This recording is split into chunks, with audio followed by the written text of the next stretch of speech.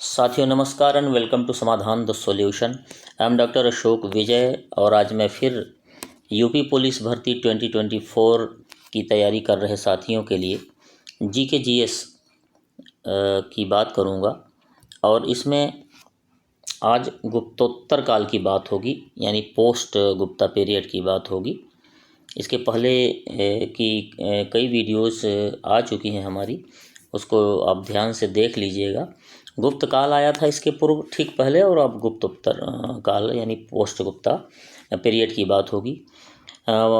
PYQs होंगे, previous year questions, और नवीन प्रश्न दोनों को मिलाकर बहुत ही जो अति संभावित प्रश्न होंगे उन प्रश्नों को तैयार किया गया है, एक साथ रखा गया है।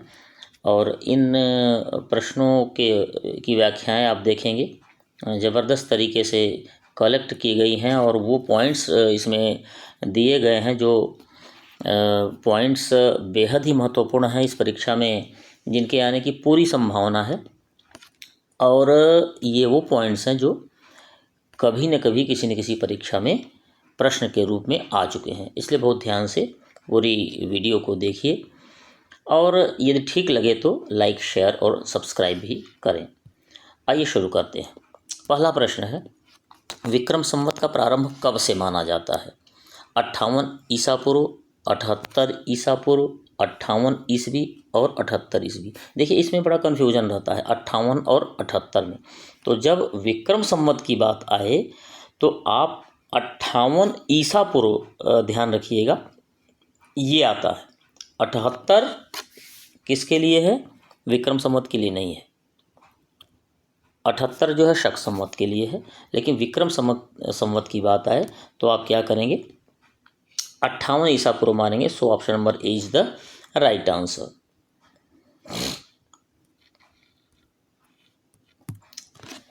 अट्ठावन ईसा पूर्व या 57 ईसा पूर्व भी कई बार होता है, लेकिन एथेंटिक 58 ईसा पूर्व होगा। इसके जो विक्रम संवत हैं उसके अन्य नाम है कृत संवत और मालव संवत, ये भी कहा जाता है। शक संवत की बात की जाए तो 78 ईस्वी आएगी, और इसके प्रवर्तक कौन थे? कनिष्क थे। गुप्त संवत 319 से प्रारंभ हुआ था और इसके प्रवर्तक चंद्रगुप्त प्रथम थे। कल संवत 3102 ईसा पूर्व से प्रारंभ माना जाता है। क्वेश्चन नंबर 2, हर्षवर्धन ने 2 महान धार्मिक सम्मेलनों का आयोजन कहाँ किया था? 2 महान धार्मिक सम्मेलन का आयोजन किया था हर्षवर्धन ने काशी तथा प्रयाग में, कन्नौज तथा प्रयाग में, प्रयाग तथा सारनाथ में और थानेश्वर तथा प्रयागराज में। हर्षवर्धन ने 2 महान जो धार्मिक सम्मेलन किए थे, एक तो कन्नौज में किया था जो उसकी राजधानी थी, और दूसरा प्रयाग में। सो ऑप्शन नंबर बी सही उत्तर है। उद्देश्य इसका क्या था? अन्य धर्मों से महायान की उत्कृष्टता सिद्ध करना, क्योंकि वह बौद्ध धर्म को मानने वाला था और उसमें भी महायान शाखा को मानने वाला था। कन्नौज में विभिन्न धर्मों के आचार्यों की एक विशाल सभा का आयोजन किया गया। इसमें 20 देशों के राजा आए, प्रसिद्ध ब्राह्मण आए, सैनिक व राजपुरुषों की उपस्थिति उसमें थी, और ह्वेनसांग जो कि प्रसिद्ध चीनी यात्री था उसकी अध्यक्षता उसने किया था। प्रयाग में प्रति 5वें वर्ष संगम क्षेत्र में महामोक्ष परिषद का आयोजन होता था। 6ठे वर्ष ह्वेनसांग भी इसमें शामिल हुआ था। कुल 18 देशों के राजा भी इसमें शामिल हुए थे। तो देखिए कितनी महत्वपूर्ण ये सभाएं होती थी ह्वेनसांग हर्ष के द्वारा। नेक्स्ट है, आदि शंकराचार्य द्वारा स्थापित 4 मठ कहाँ स्थित हैं? आदि शंकराचार्य द्वारा स्थापित 4 मठ, ये 4 मठ कौन कौन से हैं? श्रृंगेरी, द्वारका, जोशी, प्रयाग। देखिए ये 4 मठ में प्रयाग नहीं है तो ये कैंसिल हो जाएगा। प्रयाग यहाँ भी है, कैंसिल हो जाएगा। वाराणसी भी नहीं है तो कैंसिल हो जाएगा। So option number C will be the right answer. Sringeri, Dwarka, Joshimath और पुरी, ये 4 मठ हैं जो आदि शंकराचार्य जी द्वारा स्थापित किए गए थे, और चारों मठ चारों दिशाओं में हैं। और श्रृंगेरी दक्षिण में है, द्वारका पश्चिम में है। जोशीमठ, जिसको ज्योतिर्मठ भी कहा जाता है, उत्तराखंड में उत्तर में है और पुरी पूर्व में है। इसका उद्देश्य ये था कि बौद्ध और जैन धर्म के प्रभाव में आकर समाप्त हो रहे हिंदुत्व का पुनरुत्थान करना और वेदांत पर बल देना। वेदों के अध्ययन, दरअसल हुआ ये था कि हिंदू बौद्ध ज़्यादातर मतानुयायी हो गए थे। तो उसमें क्या था कि बहुत सारे लोग सन्यासी होते चले जा रहे थे। तो इसका उन्होंने वेदांत के माध्यम से बहुत सारे अपने तर्कों के माध्यम से बताया कि नहीं, हिंदू धर्म जो है श्रेष्ठ धर्म है, इसके बल पर आप अच्छा जीवन जी सकते हैं और अपना भौतिक और आध्यात्मिक दोनों कल्याण कर सकते हैं। वेदों के अध्ययन और संकलन हेतु संपूर्ण भारत की पैदल यात्रा किए और अपने अकाट्य तर्कों से हिंदू धर्म की श्रेष्ठता सिद्ध की।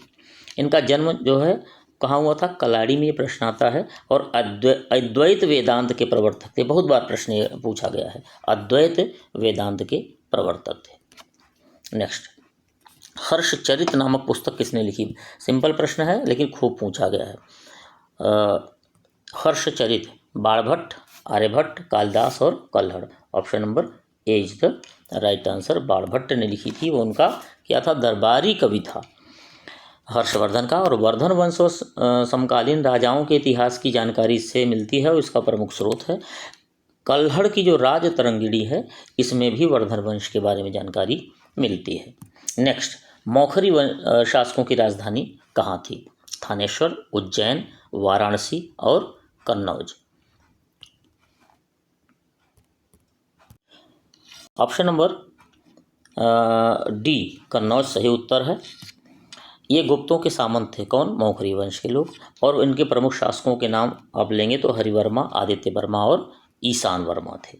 सो आप देख रहे हैं कि जो प्रश्न हैं इनके कितने बेहतरीन व्याख्याएं, कितने पॉइंट्स दिए गए हैं। और आप देखिए जो पॉइंट्स हैं, ये पॉइंट्स आप देखिए, ये जो पॉइंट्स हैं ये कहीं ना कहीं परीक्षा में पूछे गए प्रश्न हैं, आए हुए हैं। और इस परीक्षा में पूरी संभावना है कि ये आएंगे, इसलिए बहुत ध्यान से देखिएगा। नेक्स्ट क्वेश्चन देखें। वर्धन वंश के संस्थापक कौन थे? हर्षवर्धन, आदित्यवर्धन, पुष्यभूति और प्रभाकर वर्धन। हर्षवर्धन बहुत सबसे बड़ा महान सम्राट माना जाता है वर्धन वंश का, लेकिन पुष्यभूति ने वर्धन वंश की स्थापना की थी। स्थान क्या था? कहाँ की थी? थानेश्वर, जिसको स्थानेश्वर भी कहा जाता है। सर्वाधिक महान शासक हर्षवर्धन था। हर्ष ने उत्तरी भारत में पंजाब, कन्नौज, फिर पूर्व में बंगाल और उड़ीसा और मिथिला को जीत लिया। पश्चिमी भारत में वल्लभी शासक ध्रुव सेन को पराजित किया और उससे अपनी पुत्री का विवाह कर दिया। तो आप देखें कि हर्ष ने कितना बड़ा काम किया था और अपने साम्राज्य को दूर दूर तक, पूर्व, पश्चिम, उत्तर, दक्षिण तक फैला दिया। नेक्स्ट, यात्रियों का राजकुमार किसे कहा जाता है? बहुत महत्वपूर्ण प्रश्न है। फाहियान, इत्सिंग, ह्वेनसांग और मेगस्थनीज सभी यात्री हैं, लेकिन option number C is the right answer. Hiuen Tsang जो हर्ष के शासन में भारत आया था। चीनी यात्री था जो हर्ष के समय में भारत आया। यात्रा विवरण का एक ग्रंथ लिखा जिसके सीयूकी कहा जाता है। बहुत महत्वपूर्ण ग्रंथ है, बहुत बार परीक्षाओं में भी पूछा जाता है। इसी ग्रंथ के लिए उसे आज भी याद किया जाता है, क्योंकि इसमें भारत संबंधी महत्वपूर्ण तथ्य उपलब्ध हैं, तत्कालीन भारत की जानकारी मिलती है। ह्वेनसांग ने भीनमाल की भी यात्रा की थी। क्वेश्चन नंबर 8, पुराणों के अनुसार चंद्रवंशी शासकों का मूल निवास कहाँ था? अयोध्या, काशी, श्रावस्ती और प्रतिष्ठानपुर। चंद्रवंशी शासकों का मूल निवास प्रयाग के पास प्रतिष्ठानपुर में था। दरअसल ये पहले प्रयाग के ही निवासी थे। जो प्रतिष्ठानपुर जो वर्तमान में झूंसी है, प्रयाग से सटा हुआ जगह है। क्षत्रियों के 3 जो मूल वंश थे, सूर्यवंश, चंद्रवंश और अग्निवंश। त्रेता युग में चंद्रवंशियों का मूल निवास प्रयाग में था। प्रलय के बाद प्रतिष्ठानपुर, झूंसी इन्होंने अपनी राजधानी बना ली थी। 9वां प्रश्न है, हर्षवर्धन को किसने पराजित किया? पुलकेशिन प्रथम, पुलकेशिन द्वितीय, विक्रमादित्य द्वितीय और कीर्तिवर्धन ने। तो इसमें से आप सही उत्तर बता पाएंगे, सरल प्रश्न है। ऑप्शन नंबर बी है सही उत्तर, पुलकेशिन द्वितीय ने पराजित किया था इसे। हर्ष अपने राज्य की सीमा का विस्तार करते हुए नर्मदा नदी तक जा पहुंचा। पुलकेशिन द्वितीय भी दक्षिण से उत्तर की ओर बढ़ रहा था, इसलिए जो युद्ध था क्या था, अवश्यंभावी हो गया और भीषण युद्ध हुआ। उसमें पुलकेशिन द्वितीय ने हर्ष को नर्मदा नदी के तट पर पराजित किया। इसका वर्णन पुलकेशिन द्वितीय की एहोल प्रशस्ति और ह्वेनसांग के विवरण में भी उपलब्ध है, मिलता है। ये ध्यान रखिएगा, पुलकेशिन द्वितीय से एहोल प्रशस्ति संबंधित है, ये प्रश्न आता है। नेक्स्ट, हर्षवर्धन के साम्राज्य की राजधानी कहाँ थी? थानेश्वर, पाटलिपुत्र, कन्नौज और उज्जैन। हर्षवर्धन के साम्राज्य की राजधानी यदि पूछेगा तो थानेश्वर मत लगाइएगा, कन्नौज सही उत्तर होगा। हर्ष ने अपनी राजधानी थानेश्वर से कन्नौज स्थानांतरित की थी, जिससे वह अपनी बहन जो राजश्री थी वो प्रशासन में भी उसको सहायता दे, क्योंकि वो भी और दोनों एक साथ शासन करते थे। ध्यातव्य है कि हर्ष और राजश्री दोनों एक साथ कन्नौज के राज सिंहासन पर बैठते थे।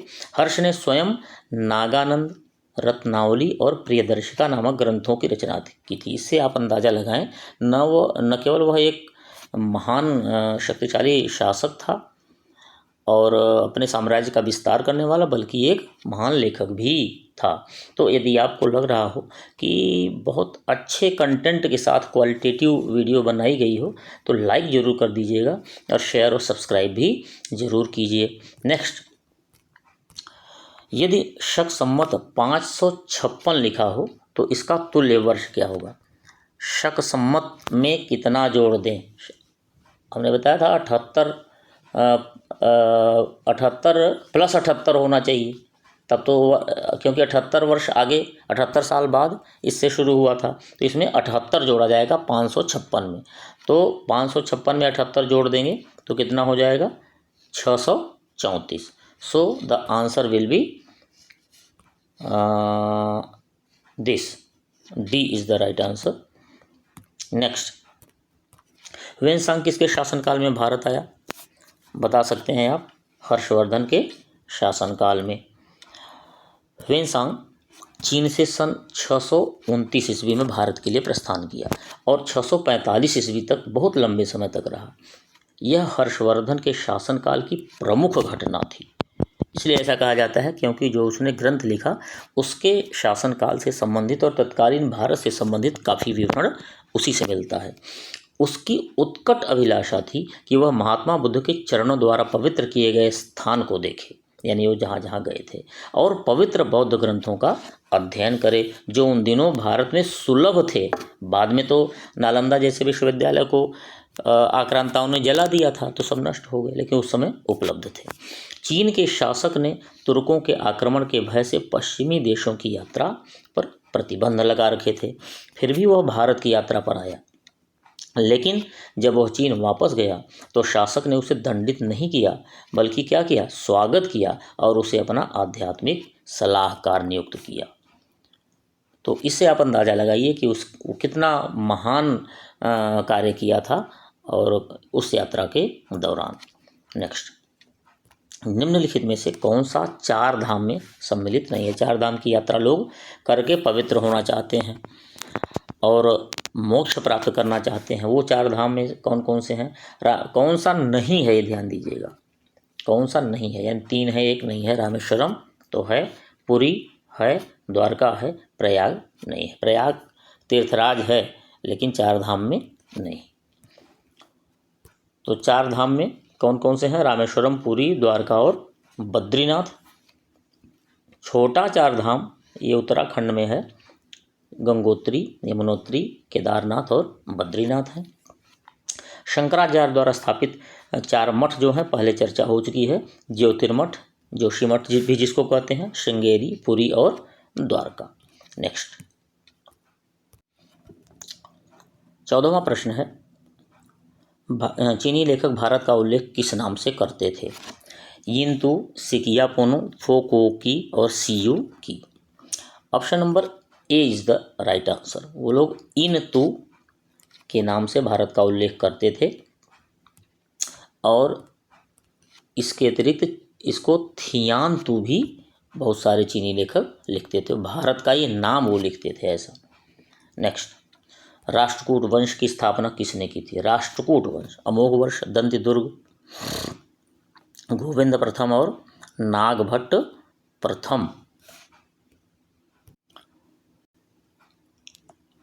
ऑप्शन नंबर बी दंतदुर्ग सही उत्तर है। राष्ट्रकूट वंश के संस्थापक थे। नागभट्ट प्रथम ये तो गुर्जर प्रतिहार वंश का संस्थापक था। So option number B is the right answer. Dantidurga स्थापना कब की थी? 736 ईस्वी में। राजधानी इनकी मानेखेड़ थी। उज्जैनी में हिरण्यगर्भ या जिसे महादान कहा जाएंगे इस नामक यज्ञ का आयोजन किया था। ह्वेनसांग ने किस विश्वविद्यालय में अध्ययन किया था? ये प्रश्न सरल है, बता पाएंगे आप इसका उत्तर। नालंदा विश्वविद्यालय में उसने अध्ययन किया था। तो नालंदा वो आगमन उसका कब हुआ था? 637 ईस्वी में। उस समय जो कुलपति थे वो आचार्य शीलभद्र थे, बहुत जाने माने विद्वान थे। 1.5 साल तक उसने योग का अध्ययन किया यहाँ। फिर उसने कई जगह उड़ीसा और इत्यादि क्षेत्रों से होते हुए वह कांची की यात्रा किया और पुनः नालंदा वापस आकर व्याख्यान देता है। तो इस तरह से बहुत ही महत्वपूर्ण कार्य उसने किए थे और बहुत ही महत्वपूर्ण व्यक्ति वो बन गया था ह्वेनसांग भारत के लिए। और आज भी महत्वपूर्ण है क्योंकि उसी का लिखा हुआ जो है वो हमको साक्ष्य के रूप में दिखाई दे रहा है। नेक्स्ट, नालंदा विश्वविद्यालय को किसने नष्ट किया? कुषाण, हूण, मुस्लिम और मुगल। ऑप्शन नंबर सी सही उत्तर है। मुगल मत लगाइएगा, मुस्लिम पहले आए थे, उसके बाद मुगल आए। तो नालंदा विश्वविद्यालय को मुस्लिमों ने, और किसने मुस्लिमों में भी, तो तुर्क आक्रांता बख्तियार खिलजी ने नष्ट किया था। इसे बौद्ध धर्म के पतन का अंतिम प्रहार माना जाता है क्योंकि उसके बाद उबर नहीं पाया बौद्ध धर्म। नेक्स्ट, कौन जोड़ा सुमेलित नहीं है? ध्यान दीजिएगा, सुमेलित नहीं पूछा गया है। तो अमीर खुसरो अलाउद्दीन खिलजी सही है। कालिदास चंद्रगुप्त प्रथम। हर्षेण तो समुद्रगुप्त सही है। बाणभट्ट भट्ट भी हर्षवर्धन का दरबारी कविता सही है। कालिदास चंद्रगुप्त प्रथम नहीं होगा, ये कालिदास चंद्रगुप्त सेकंड होगा, यानी चंद्रगुप्त विक्रमादित्य, चंद्रगुप्त द्वितीय सही उत्तर है। नेक्स्ट, गुर्जर प्रतिहार वंश का संस्थापक कौन था? अभी चर्चा हुई थी, नागभट्ट प्रथम सही उत्तर है।